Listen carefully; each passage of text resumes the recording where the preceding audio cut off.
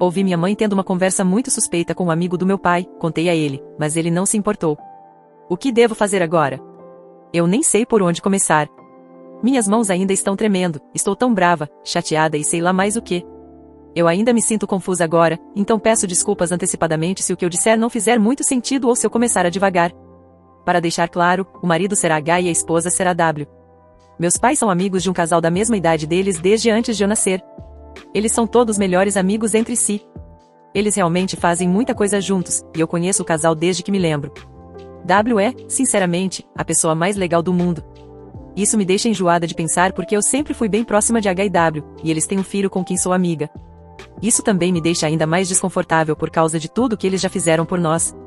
Aparentemente, eles ajudaram meus pais com dinheiro antes, quando as coisas ficaram apertadas, como comprar um carro novo para eles quando meu pai sofreu um acidente, destruiu o carro e precisava de um para trabalhar. Eles são bem ricos, enquanto nós não.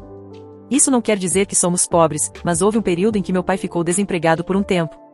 Minha mãe trabalha na igreja, então imagino que ela não ganhe muito, e meu pai trabalha em uma montadora de carros ganhando mais do que ganhava quando eu era mais nova.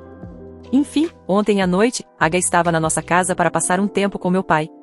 Como eu disse, eles são melhores amigos, e ele e W estão sempre aqui, e meus pais estão sempre na casa deles, então é normal. Enfim, meu pai foi dormir meio cedo, porque ele precisa acordar cedo para trabalhar, mas H ficou para passar mais um tempo com minha mãe, de novo, isso é normal para eles. A maneira como nossa casa é projetada é assim, ela tem 2 andares, e o teto da sala vai até o 2º andar e é meio aberto, então dá para ficar na passagem do andar de cima e ver e ouvir o que está acontecendo na sala. Bom, eu estava no meu quarto quase o tempo todo, e saí para ir ao banheiro quando ouvi minha mãe e H conversando na sala com um tom de voz mais baixo do que o normal. Achei estranho, então tentei escutar a conversa. Acho que eles pensaram que eu estava dormindo ou ainda no meu quarto. Não lembro palavra por palavra, mas é algo bem próximo disso. H, que horas você acha que vai precisar sair para buscar a OP na escola amanhã? Eu estava pensando em dar uma passada aqui por um tempo, se você estiver afim. Mãe, você pode vir assim que eu deixar ela na escola. Tenho algumas reuniões depois do almoço. H, só me manda uma mensagem quando você voltar para casa e eu venho. Quer que eu traga alguma coisa especial? Mãe, vamos manter as coisas simples desta vez. Temos feito muitas coisas malucas ultimamente, então eu só quero pegar leve nas próximas vezes. No começo, eu nem conseguia acreditar no que estava ouvindo e estava convencida de que devia ter escutado errado, mas pelo tom de voz deles, não havia engano. Não ouvi mais nada porque senti que ia vomitar e voltei para o meu quarto sem ser vista. Me senti completamente entorpecida. Aqui está o melhor amigo do meu pai falando com minha mãe sobre vir aqui e fazer seixo com ela. Pensei em descer as escadas de repente naquele momento ou acordar meu pai para contar o que eu ouvi, mas eu estava muito nervosa e chocada para sequer me mexer. Depois de ficar deitada na cama por um tempo que pareceu uma eternidade, finalmente decidi que iria me levantar antes que meu pai saísse para trabalhar e falar com ele sobre o que ouvi. De qualquer forma, para resumir uma história ainda mais longa, desci as escadas por volta das 5 da manhã quando ouvi meu pai fazendo café da manhã e disse a ele que precisava conversar. Depois de cerca de 10 minutos apenas tagarelando, finalmente contei a ele o que ouvi. No início, ele teve uma expressão de surpresa no rosto, mas muito rapidamente, voltou ao normal. Ele nem mesmo soou diferente quando falou e simplesmente disse, não se preocupe com nada, tenho certeza de que você apenas entendeu mal o que eles disseram. Eu disse, não, pai, eu ouvi a maneira como eles estavam falando um com o outro. Ele continuou me dizendo para não me preocupar com nada, que eu devia ter ouvido incorretamente, tirado as coisas de contexto, etc. Nem mesmo vou falar com a mamãe ou deixe-me descobrir ou obrigado por me avisar. Eu simplesmente não entendo. Não é como se meus pais tivessem um relacionamento ruim. Eles obviamente se amam e já os ouvi fazendo seixo antes. Eles já conversaram comigo sobre seixo antes, então não é como se o assunto seixo fosse estranho de falar ou qualquer coisa do tipo. Enfim, meu pai saiu para o trabalho e me deixou sozinha em casa com minha mãe. Eu liguei para um dos meus amigos e pedi para me pegar para a escola, porque eu nem conseguia pensar em olhar para minha mãe depois de tudo que aconteceu. Acabei pegando minhas coisas da escola e indo para a casa do meu amigo, porque nem queria esperar minha mãe acordar. Um pouco depois, recebi uma mensagem do meu pai. Aqui está o que dizia. Op, agradeço por você ter vindo falar comigo essa manhã. Novamente, só quero te dizer para não se preocupar com o que quer que tenha ouvido.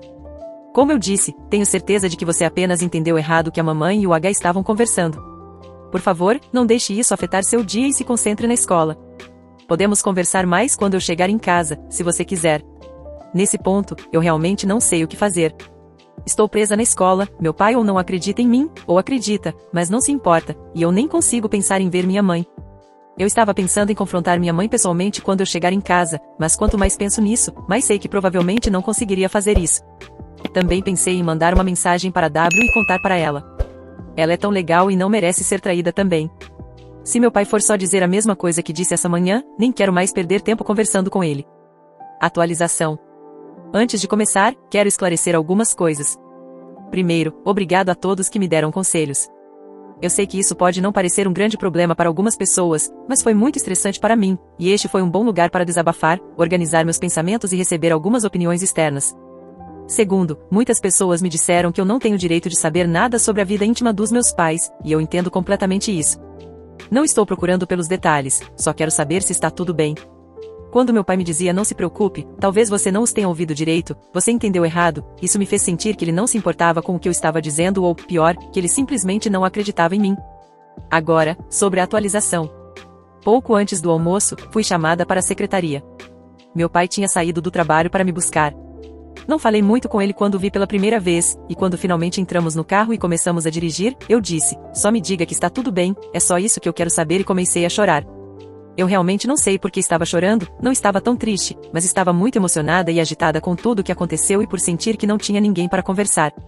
Meu pai me disse que estava tudo bem e que ele explicaria as coisas quando chegássemos onde iríamos. Ele acabou me levando ao meu restaurante favorito para almoçar, e quando entramos e fomos até a nossa mesa, minha mãe estava lá. Se eu já quis saber como é a sensação de ter o coração parado, minha curiosidade foi saciada. Eu fiquei olhando para ela por um segundo, e então ela se levantou e me abraçou. Eu realmente não disse nada, mas abracei de volta. Sentamos em um banco, eu de um lado, mamãe e papai do outro, e pedimos comida e bebida. Em resumo, como muitas pessoas sugeriram, meus pais têm um acordo com H e sua esposa. Como disse anteriormente, meus pais e eu sempre nos sentimos confortáveis falando sobre Seixo, e por mais estranho que fosse pensar em suas vidas sexuais, conversamos com pequenos detalhes sobre o que está acontecendo. O que meu pai me disse foi, sua mãe e H têm uma necessidade maior de seus desejos, enquanto W e eu temos uma necessidade menor de nossos desejos, e concordamos há muito tempo que todos confiamos o suficiente uns nos outros para permitir que mamãe e H ajudem a cuidar dos desejos uns dos outros. Minha mãe então me perguntou se eu queria que acabasse e que meus sentimentos e conforto eram mais importantes do que qualquer outra coisa. Eu disse que não, já que, como muitas pessoas me disseram, a vida sexual deles é deles e eu não deveria tentar interferir, mas para não esperar que eu fique confortável perto de H por enquanto. Não me interpretem mal, ele realmente é um cara muito doce, assim como sua esposa, mas depois de ouvi-los falar assim, seria muito estranho por enquanto. Eles perguntaram se eu estava bem ou se tinha outras perguntas, e apenas me ouviram, o que eu acho que é realmente o que eu queria desde o início, sentir-me validada na necessidade de falar e ter alguém para me ouvir. Então, no final, tudo está bem entre meus pais, saí mais cedo da escola e tive um ótimo almoço. Agora vou para casa e recuperar o sono que perdi ontem à noite. Deixe sua opinião nos comentários. Segundo relato. Sou babaca por olhar o Discord do meu filho? Sou um homem de 33 anos e olho o Discord do meu filho, de 15, regularmente. Ele anda colocando senha para evitar que eu veja, mas eu sempre arrumo um jeito de olhar. Tem dois fatores que motivam minha atitude.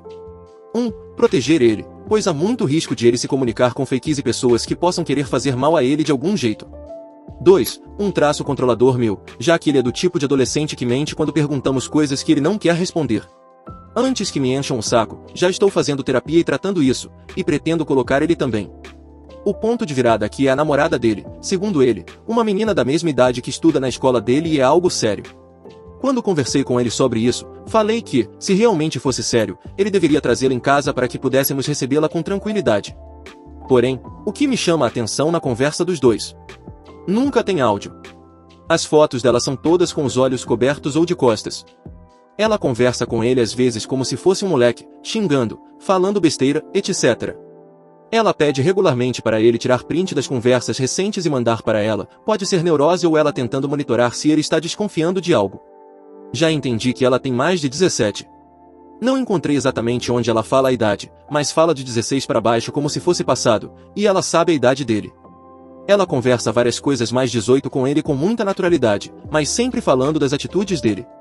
O ponto é que corre o risco dessa namorada ser exatamente o que eu temo, um esquisito safado iludindo o moleque. Alguém poderia, além de julgar se estou errado agindo e tendo essa desconfiança, me aconselhar sobre como posso resolver esse impasse sem acabar com o psicológico do moleque? Edição. Depois de ler alguns comentários, percebi que não mencionei que vi que ela falou ser de outro estado, ou seja, ela não está perto o suficiente para eu descobrir quem realmente é. Deixe sua opinião nos comentários. Terceiro relato. Meu marido está chateado porque não me pareço com a mãe dele.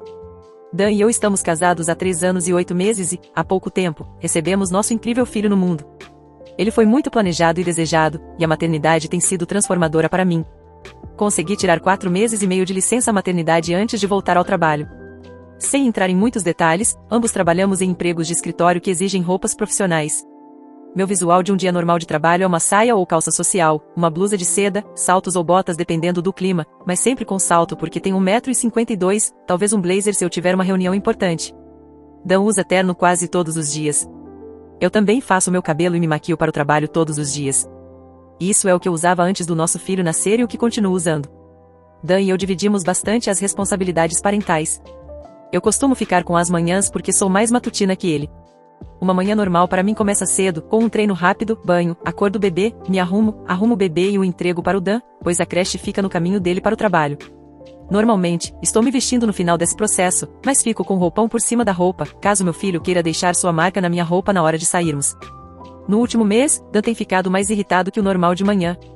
Ele tem feito comentários indiretos se me levanto e estou secando o cabelo ou me vestindo, basicamente, se não estou 100% focada no nosso filho pela manhã.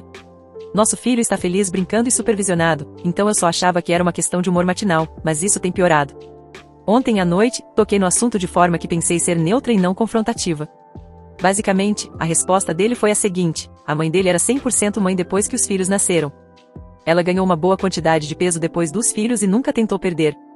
Ela usava calças de moletom todo dia e tinha um trabalho onde usava uniforme, então, se não estivesse com o uniforme do trabalho, estava de moletom e camiseta. Ela nunca fazia o cabelo nem maquiagem. A identidade dela era ser mãe e ela compartilhou comigo como foi difícil ver os filhos começarem suas próprias vidas. Dan acha que eu não me importo com nosso filho tanto quanto ele, pois trabalhei para perder o peso da gravidez e ainda me esforço pela minha aparência. Eu sinto que manter essa parte da minha identidade na verdade me ajuda a ser uma mãe melhor. Eu amo meu filho, mas ainda sou eu mesma e ainda tenho as coisas que gosto de fazer. Vestir-me bem, fazer o cabelo e a maquiagem são terapêuticos para mim. Dito isso, meu filho é minha vida e, se eu soubesse que não fazer essas coisas garantiria uma vida feliz e saudável para ele, eu pararia imediatamente. Eu disse ao Dan que meu filho e eu temos nossa rotina matinal e ele recebe muito tempo e atenção antes de eu ir para o escritório. Dan disse que não estava querendo brigar, mas só queria que eu pensasse nas minhas prioridades e no gerenciamento do meu tempo. É normal que as mães sacrifiquem totalmente as coisas que gostam de fazer? Isso é um sinal de algo mais profundo que eu preciso tratar com meu marido? Atualização, 10 dias depois. Eu não fazia ideia de que meu post receberia tanta atenção. Houveram muitos conselhos muito bons, e uma mensagem privada assustadora me avisando de que, ao me vestir com roupas de trabalho e usar batom e salto, eu estava sendo excessivamente sexual perto do meu filho e que isso faria meu filho se tornar um serial killer. Alguns pontos de esclarecimento. Minha sogra trabalhou quando meu marido estava crescendo, ela só não tinha um emprego de escritório. Ela trabalha na área da saúde e usa jaleco todo dia. Quando não está de jaleco, está de calças de moletom. Sério. Para o nosso casamento, a família dele fez uma aposta sobre se ela usaria ou não moletom no casamento. Eu não fiquei sexy depois que meu filho nasceu. Eu estava ligeiramente acima do peso antes do meu filho nascer e voltei para minha forma pré-gravidez, ligeiramente acima do peso. Agora, a atualização. Dan e eu saímos sem o nosso filho para conversarmos. Eu disse a ele que estava confusa com o comentário dele e queria conversar sobre isso. Perguntei se ele podia apontar coisas específicas na rotina matinal que o fizessem sentir que nosso filho estava sendo negligenciado. Ofereci a ideia de trocar de turnos, por assim dizer, se ele achasse que nosso filho deveria ter mais tempo com um dos pais pela manhã. Para resumir uma conversa longa e confusa, Dan está confuso pelo fato de eu ter superado a depressão pós-parto e estar voltando ao normal agora. Para dar um contexto, minha depressão pós-parto nunca me fez questionar se eu amava meu filho ou se eu nunca deveria tê-lo tido. A minha depressão pós-parto me fez sentir que eu estava constantemente falhando como mãe, que eu não era boa o suficiente para ser a mãe dele e que ele merecia algo melhor. Houve algumas vezes em que eu desabei e comecei a chorar, dizendo a Dan que ele era muito melhor em ser pai do que eu e que nosso filho não merecia ter uma mãe ruim como eu. Felizmente, tem uma médica incrível que reconheceu que não era só a tristeza pós-parto e me ajudou a procurar a ajuda necessária. Poderia ter sido muito pior. Basicamente, Dan só se sentia um bom pai quando eu estava falhando e dizendo a ele que eu era péssima nisso. Agora que estou melhorando, ele não se sente mais um bom pai. Isso é um saco, mas vamos começar a terapia de casal, eu continuarei com a terapia que comecei para minha depressão pós-parto e Dan também vai ver alguém. Vamos resolver isso. E eu ainda vou continuar usando salto para trabalhar, mesmo que isso faça meu filho se tornar o Jack, o estripador. Resumindo, meu marido se sentiu inadequado depois que eu superei os problemas pós-parto e tentou me minar para se sentir melhor. Vamos começar a terapia e, segundo a internet, meu filho vai ser um serial killer. Se gostou do vídeo, não esqueça de curtir, comentar e compartilhar com seus amigos, isso ajuda muito. Obrigado pelo apoio.